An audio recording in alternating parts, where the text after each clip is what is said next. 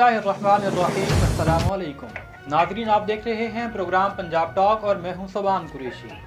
आज 5 फरवरी को दुनिया भर के कश्मीरी योम यकजहती कश्मीर मना रहे हैं और पाकिस्तान में भी इस दिन को अपने कश्मीरी भाइयों के साथ अखलाकी और सियासी हमायत का इरादा करने की गर्ज से सरकारी बल्कि रियासती सतह पर मनाया जाता है। हमेशा की तरह आज भी सरकारी सतह पर तकारीब का एहतमाम किया जाएगा, रवायती बुलंदोबांग दावे किए जाएंगे, कश्मीरियों को अपनी मदद का यकीन दिलाया जाएगा और बस। हमें पता नहीं क्यों ये लगता है कि इस तरीके से मसला कश्मीर का हल मुमकिन है। हालांकि हकीकत तो ये है कि नारों से आगे का एक जहां कश्मीर हमसे मांग रहा है, मगर हम जहान तक रसाई नहीं रखते या उस जहान तक रखना नहीं चाहते। आज के प्रोग्राम में हम इसी पर गुफ्तगू करेंगे और हमारे साथ इस पर गुफ्तगू करने के लिए फ़ोन कॉल पर मौजूद हैं सीनियर तजदियाकार कर्नल रिटायर्ड राजा वसीम साहब, और कुछ देर में हमें सीनियर कानूनदान एडवोकेट चौधरी अबरार हुसैन साहब भी ज्वाइन कर लेंगे। राजा साहब, प्रोग्राम में आपको वेलकम करता हूँ। जी बहुत शुक्रिया जी, तो क्या लगता है आपको कि नारों और बयानात से कश्मीर का मसला हल हो सकता है? बिस्मिल्लाहिर्रहमानिर्रहीम। अस्सलाम वालेकुम। ये बहुत ना बदकिस्मती की बात है कि हमें जो करना चाहिए वो हम नहीं कर पाए। और हम 73 साल से नहीं कर पाए। कश्मीर हमारी शारक था। ये शारक कहना बहुत आसान है, इसका मतलब समझना बहुत जरूरी है कि हमारे जितने दरिया है हमारे पास आ रहे हैं, इंडिया में जा रहे हैं, इन सारों का जो मरकज है वो वहाँ पे ये फूट रहे हैं कश्मीर के इलाके में से। और वो कश्मीर हमारे पास नहीं है, वो दरिया नहीं है। जैसे भी जो हमसे बदमाशी कर रहा है, हमारे दरिया बंद किए हुए हैं, आधी वसाइल पे कब्जा किया हुआ है। जब उनके पास डैम बनाए हुए हैं, जो वहाँ पानी ज्यादा होता है छोड़ के यहाँ शराब ले आते हैं। जब हमें पानी चाहिए होता है वो रोक देते हैं। हमारी फसल, हमारी ज़राअत, हमारा सब सारा उन्होंने चौक किया है। और ये उस वक्त तक रहेगा जब तक कश्मीर का मुद्दा हल नहीं होता। कश्मीर के लिए जो सीरियस इकदाम करने चाहिए वो हमने बिल्कुल नहीं किए। और इस वक्त जो अभी मौजूदा दौर हमारा पाकिस्तान का चल रहा है पिछले 3-4 साल से, इसमें तो बिल्कुल ही इंतहाई अफसोसनाक सूरत हाल है कि मकबूजा कश्मीर की एक आईनी हैसियत थी इंडिया के आइन में, उन्होंने उसको खत्म कर दिया है। अब कोई इंडियन वहां जाके प्रॉपर्टी खरीद सकता है। आपको ये पता है, मैं और आप जाके आजाद कश्मीर में प्रॉपर्टी नहीं खरीद सकते। वहां पे जो वहाँ का लोकल है वही प्रॉपर्टी ले सकता है। ये इसलिए कि आबादी का तवाज़ुन ना बिगड़े। और अब जिस तरह से वो कर रहे हैं, वहाँ पे हिंदू आबाद कर रहे हैं और वहाँ पे हिंदू आबादी को आना चाहते हैं ताकि कल कला को अक़वाम मुत्तहिदा के दबाव में आके वहाँ पे करना भी पड़े प्लेबिसाइट रेफरेंडम, तो वो हिंदू ज्यादा होंगे, वो इंडिया के हक में वोट दे देंगे। ये साजिश वो कर रहे हैं और हम कमजोर हैं। और खुदा ना खास्ता है, इस वक्त हम इतने कमजोर हैं कि बिल्कुल मुकाबला नहीं कर पा रहे। मुझे अच्छी तरह याद है जब इंडिया ने वहाँ फोर्सेज डाली, दाखिल किए मकबूजा कश्मीर में, तो हमारे प्राइम मिनिस्टर को सवाल हुआ था असम्बली में, तो उसने कहा कि मैं क्या करूँ, मैं क्या हमला कर दूँ। तो फिर ये तो नहीं कहा था अपोजिशन में क्या हमला कर दें, लेकिन ये भी नहीं कहा था कि आप आधे घंटे एक टाइम पे खड़े हो जाएंगे तो मामला हल हो जाएगा। ऐसे ही मामला हल नहीं होता। तो ये मामला रोज खराब से खराब तर होता चला जा रहा है। अच्छा राजा साहब, हम जी हमने देखा कि जी आप कंटिन्यू करिए। कि लाइन को काम के दोनों तरफ मुस्लिम आबादी है, चाहे वो ऑक्युपाइड कश्मीर में है या वही फ्री कश्मीर में। तो जब भी वहाँ पे गोलाबारी होती है, कुछ होता है, तो हमारे मुसलमान ही निशाना करते हैं दोनों तरफ। तो हम तो यहाँ से फायरिंग करते ही नहीं है कि वहाँ मुसलमानों को अटैक हो जाएगा, वो करते रहते हैं। और इधर भी मुसलमानों का नुकसान, उधर भी मुसलमानों का नुकसान। इन चीजों को देखते हुए सब जो मौजूदा हमारी फौजी क्यादत है उसमें एक किस्म की आप समझते कि चीज फायर हुआ है। लेकिन मैं देख रहा था, कल भी देख रहा था, परसों भी देख रहा था कि इंडियन मीडिया चीख रहा था कि जी हमने डरा दिया, तो हमने ये कर दिया। हम डरते डरते कोई नहीं है। पाकिस्तानी 22 करोड़ मुजाहिदों का मुल्क है। एक मुजाहिद आदमी, एक पाकिस्तानी, छोटा बच्चा, बड़ा आदमी, बुजुर्ग, औरत, लड़की, कोई इसमें ना डरने वाला है ही नहीं। मुसलमानों का मुल्क है, मुसलमान कहाँ डरते हैं।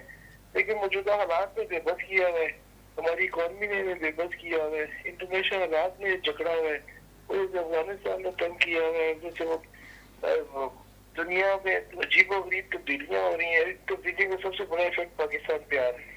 इस सब की वजह से ना हमें जो कश्मीर के लिए करना चाहिए वो हमने नहीं किया, लेकिन हमें करना चाहिए। बात नारों की नहीं है, नारों से ये मामला हल नहीं होना, इन नारों से एक कदम आगे होना पड़ेगा और कोई ऐसा हल निकालना पड़ेगा बैठ के। जैसे हल निकले नजर आए थे हमें, एक दफा हमने देखा वाजपेयी साहब पाकिस्तान तशरीफ लाए, फिर वो मीनार पाकिस्तान चले गए, वहां जाकर उन्होंने उसको सल्यूट किया।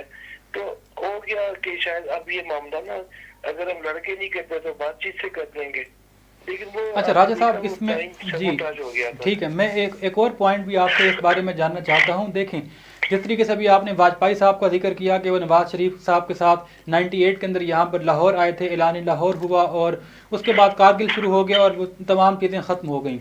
इस वक्त इमरान खान साहब वैसे भी इंडिया के अंदर एज अ क्रिकेटर पॉपुलर हैं, वहाँ उनकी सुनी भी जाती है और मोदी के हवाले से उन्होंने ये कहा भी था कि जब वो दोबारा जीत कर आएंगे तो कश्मीर के लिए ज़्यादा बेहतर साबित होगा वगैरह वगैरह। लेकिन अब आपसे मैं ये जानना चाह रहा हूँ कि आखिर ऐसी वजह क्या है? क्या खारजा पॉलिसी हमारी इस बात की इजाज़त नहीं देती, या इस्टेब्लिशमेंट या आर्मी? हमें इंडिया से बातचीत कौन रोक रहा है कि हम इंडिया से बात ना करें? देखिए, इंडिया ना बहुत मक्कार कौम है, अपने मकासद के लिए, अपने मफाद के लिए वो हर बात करते हैं। इमरान खान जी एक भोला सादा सा आदमी है। इनकी मुलाकात हुई थी मोदी से व्हाइट हाउस में, जब ये वहाँ गए थे, जब वहाँ पे सदर थे ट्रम्प, और इनके दरमियान बड़ी अच्छी गुफ्तगू हुई थी। तो ये सादा आदमी है, इसे ना सफारती आदाब का पता है, ना इसे डिप्लोमेसी का इतना बेचारे को ज्यादा पता है। तो वहाँ जो जो जैसे जैसे बातें इसने वो मान ली, एज मान ली, जैसे हम दोस्तों की महफिल में बैठ के मान लेते हैं। नहीं सोचा इन्होंने कि करते क्या हो रहा है। जैसे जैसे ने कहा गया ये आग में आपने आकर कहा कि मैं वर्ल्ड कप जीत के आ गया, और याद है आपको इस्तकबाल हुआ इनका। फिर मोदी साहब का इलेक्शन आ गया, इन्होंने कहा अल्लाह करे मोदी जीत जाए। तो इमरान खान ये समझते थे कि जो बात वहाँ अमेरिका में हुई थी उनकी, उसके रोशनी में हम ये मामला सेटल कर लेंगे। वहाँ बात ऐसी ही हुई थी कि मामला सेटल हो जाएगा, लेकिन ये इतने मकान है कि इन्होंने इमरान खान को भी धोखा दिया, इन्होंने ट्रम्प को भी धोखा दिया, और ये उनकी वो मुर्गे की एक ही टांग है। ये वो अपने उस मौकफ से हटते ही नहीं है। हमारे पानी पे कब्जा किया है, हमारे कश्मीर के ऊपर कब्जा किया है इन्होंने, और थ्रेट है जंग का हर वक्त। और जंग में मैंने आपको जैसे पहले अर्ज की कि लाइन ऑफ कंट्रोल पे जंग होती है तो दोनों तरफ मुस्लिम आबादी है, बिल्कुल हम उससे डरते हैं, हम वो जंग नहीं छेड़ना वहाँ चाहते हैं। लेकिन ये हमारी कमजोरी नहीं है, और खुदा ना करे, अल्लाह ना करे कि एक दिन वो आए कि जंग हो जाए। ठीक है, जंग भी किसी मसले का हल नहीं है, बैठ के बातचीत करने से जरूरी है, ज्यादा जरूरी के बातचीत करके मामला सेटल किए। लेकिन जब वो बात नहीं कर रहे, किसी सतह पे नहीं कर रहे, और जब कोई बात होती ही है, जैसे अभी हम वाजपेयी की बात कर रहे थे, तो हमारे आपको याद होगा यहाँ पे जब वाजपेयी बाघा बॉर्डर आए थे, फिर वो मीनार पाकिस्तान गए, तो हमारी जमात इस्लामी ने पूरे मुल्क में मुजाहरे किए हुए थे उसकी आमद के खिलाफ। जी बिल्कुल। इसी तरह नवाज शरीफ वहाँ पे गए हैं, एक दफा मुशर्रफ साहब वहाँ पे गए हैं, इन्होंने मिलने की कोशिश की है, तो पूरी वो उनकी जो बीजेपी पार्टी है उसने पूरे इंडिया में फसाद कर दिया, जी पाकिस्तानी आ गया, पाकिस्तानी आ गया। तो हमारे इधर कुछ करेक्टर है, कुछ इंडिया में करेक्टर है जो नहीं चाहते कि ये मामले सेटल हो, और वो लड़ाई चाहते हैं, लड़ने जो के हैं कोई नहीं, ना वो है सच्ची बात है, ना हम है। तो इसका कोई हल निकालना पड़ेगा।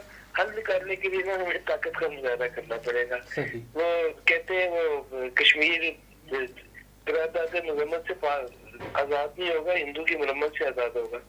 तो ठीक है, बातचीत से होगा, लेकिन बातचीत के लिए हमें एक भाग दिखाना पड़ेगा, हमें अपना वजन बताना पड़ेगा कि हम हैं, मरे हुए नहीं है, हम ये ले लेंगे और इस तरह से कुछ करेंगे तो ये मामला सेटल। अच्छा राजा साहब जी, अच्छा दूसरा ये भी बताएं कि हमारी जो पॉलिटिकल पॉलिसी है इस हवाले से वो आपको मजबूत नज़र आ रही है या कमज़ोर है? और ये भी बताते चलें कि अली अमीन गंडापुर जो कि वफाकी वज़ीर हैं कश्मीर उमूर के, उनका इसमें क्या रोल है? और बुनियादी तौर पर तो ये वजारत समझाई जाए ना कि वजारत है किस काम की, ये काम क्या करेगी, या इसने काम क्या किया है अभी तक? इसने कभी भी कुछ नहीं किया। मौलाना फजल रहमान होते थे, जब भी कश्मीर कमेटी के चेयरमैन के पास एक जहाज होता था और वो मुसलसल फिरते रहते थे दुनिया में, कहीं कोई इज्तिमात हो रहे होते थे, कहीं कुछ ना कुछ हो रहा होता था, उससे आगे उन्होंने भी कुछ नहीं किया।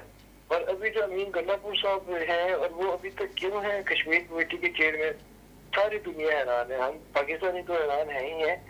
आपको याद होगा कि पीछे कश्मीर में इलेक्शन हो रहा था, उस इलेक्शन में आजाद कश्मीर के इलाके में गंडापुर साहब एक सियासी जलसे में वापस आ रहे थे और रास्ते में इनको लोगों ने हुटिंग की, और इन्होंने बाहर गाड़ी से निकल के अपने हाथ से गन पकड़ के, और इसके साथी जो इनके सगे भाई थे और कुछ इनके गार्ड थे, उन्होंने पब्लिक में फायरिंग की।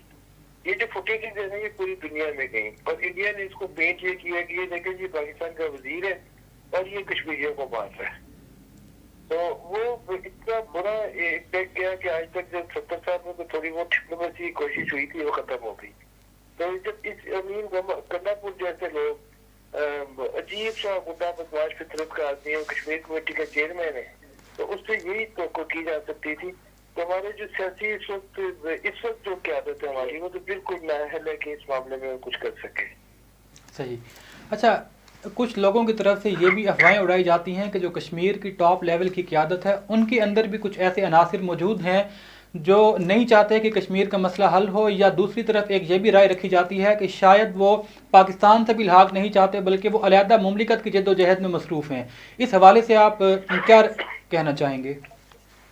जी बिल्कुल, देखिए हमने बचपन से हम देखते चले आ रहे हैं कि वहाँ पे दो पार्टियां होती थी, एक मुस्लिम कॉन्फ्रेंस होती थी सरदार कय्यूम साहब की, और एक उसके अपोनेंट पार्टी होती थी जो बाद में पीपल्स पार्टी बनी और अब वो पीटीआई बन गई। और मुस्लिम कॉन्फ्रेंस वो है जो अब आप समझते तकरीबन नून लीग बन गई।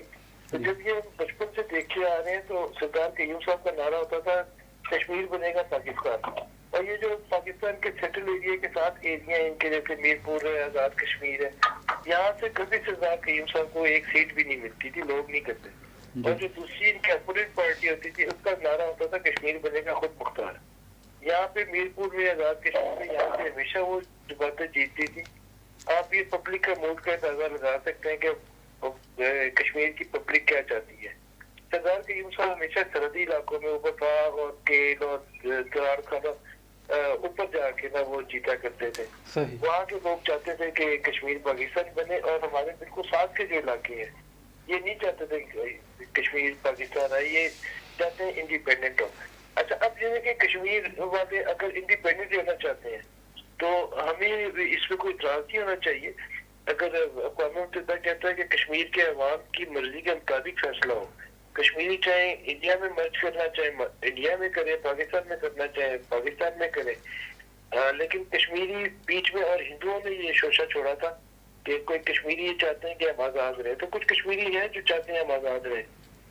तो ये तो वहाँ के अवाम के जो अक्सरियत होगी उसका फैसला होगा।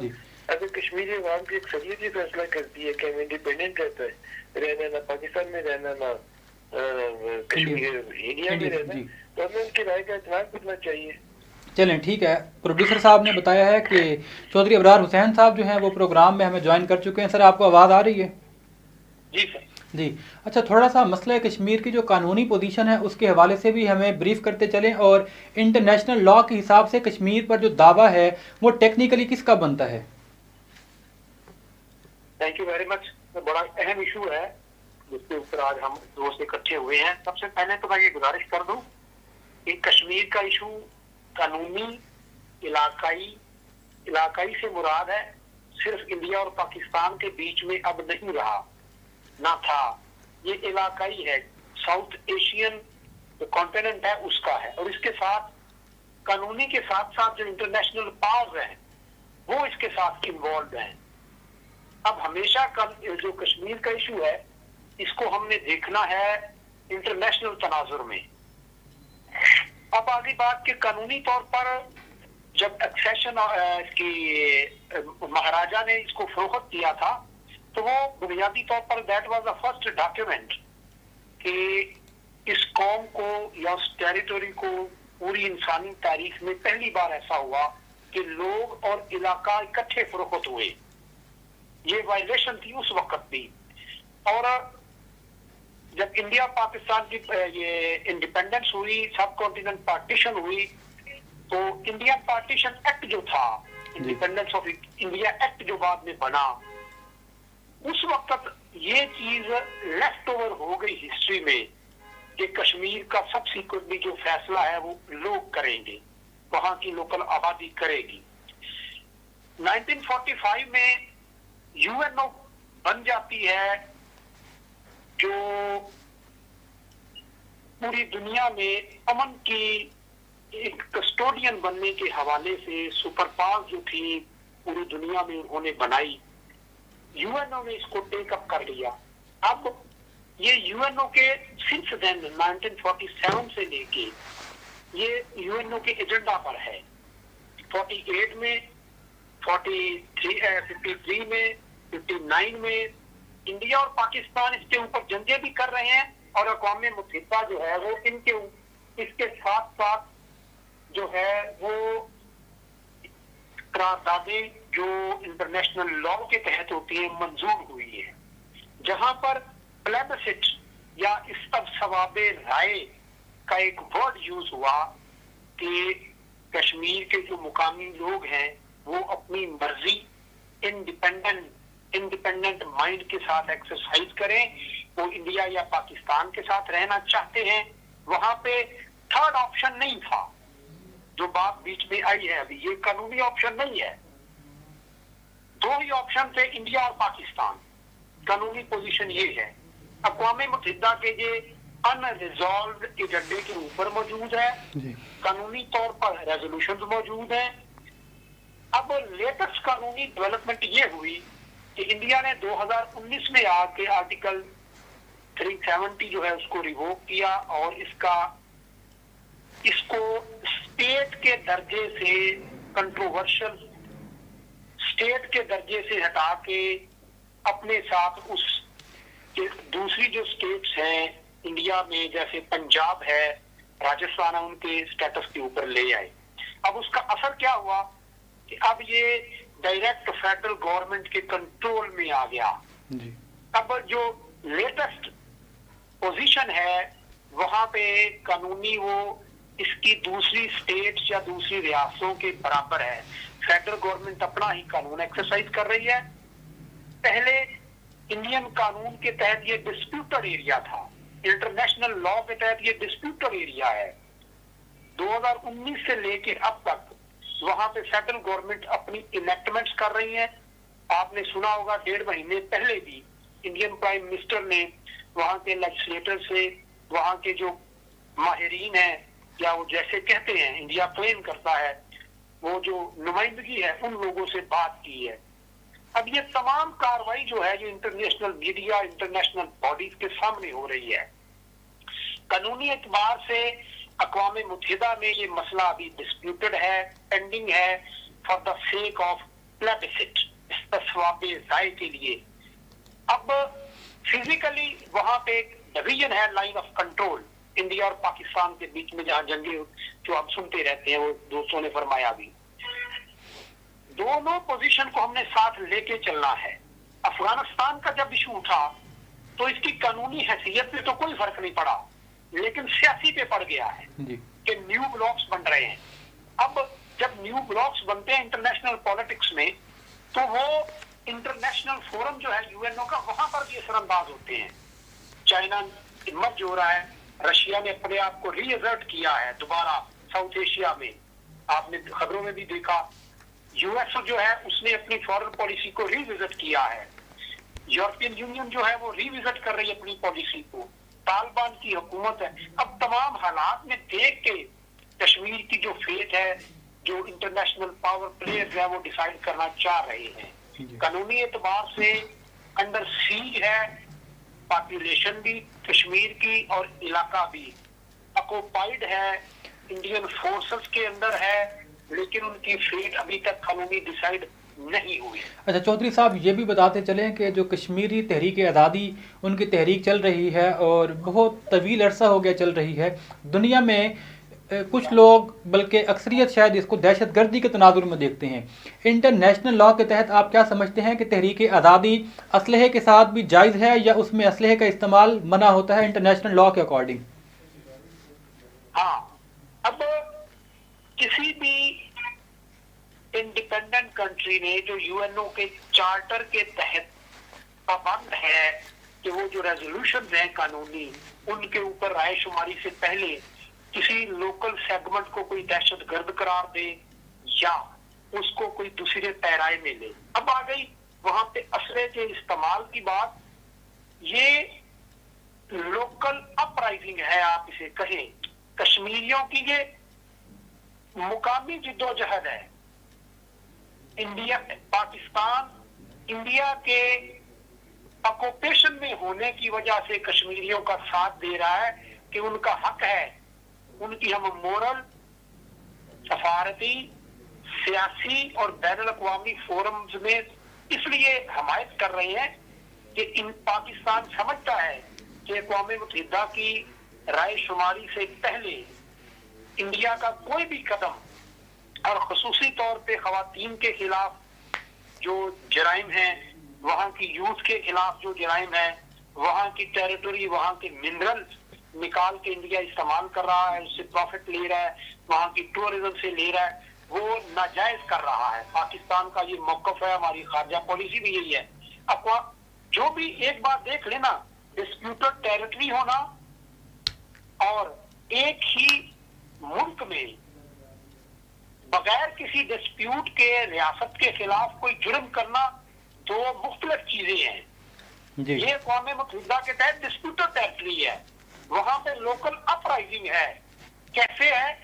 जैसे फलस्तीनियों की है, जैसे दूसरे दुनिया के ममालिक में है, जैसे आयरलैंड में चलती रही है, जैसे आप कह लें कि और कोई 3-4 कंट्रीज हैं, या इसको ऐसे भी किया जा सकता है कि इंडिया के अंदर ऐसे हैं कि वो एरियाज, हाँ मैं इंडिया के रेफरेंस से बात करूंगा कि इंडिया की 13 रियासतों में लोकल लेवल के ऊपर अपराइजिंग है।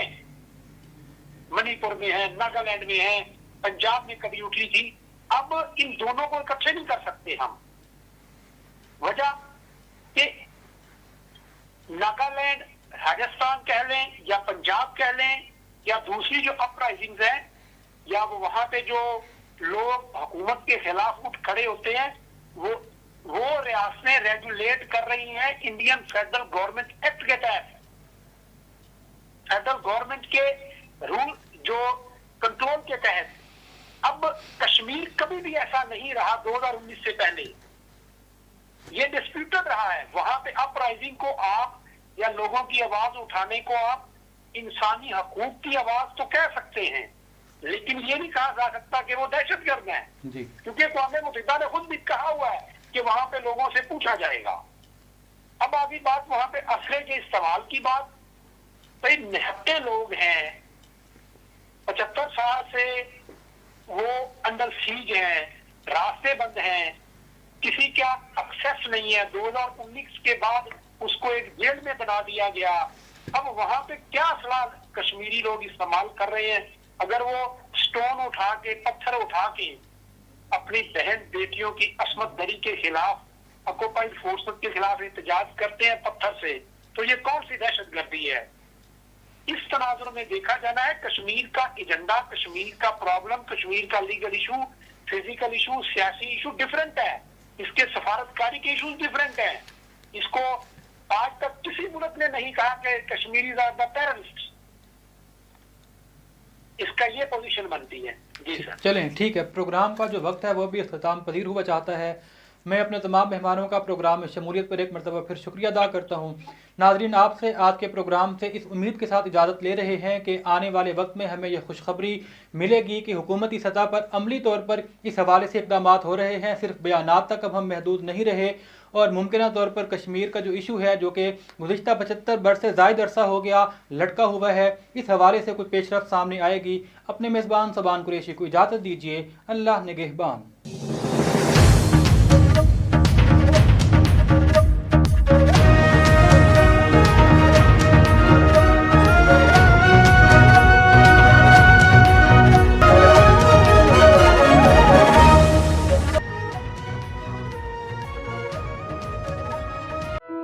फिर वही कोरोना। थक गए ना सुनते सुनते। क्या छोड़ दी परवाह करना? तभी तो है तीसरी लहर। अब वक्त नहीं है एहतियात छोड़ने का। अभी तो वक्त है SOPs को याद रखने का, अपनी जिंदगी को एक बार फिर नॉर्मल बनाने का, मास्क पहनने का, समाजी फासला रखने का, हाथों को साबुन से धोने का और सैनिटाइजर इस्तेमाल करने का, घर को जरासीम से महफूज रखने का और मिलकर हिफाजत के दायरे को बढ़ाने का।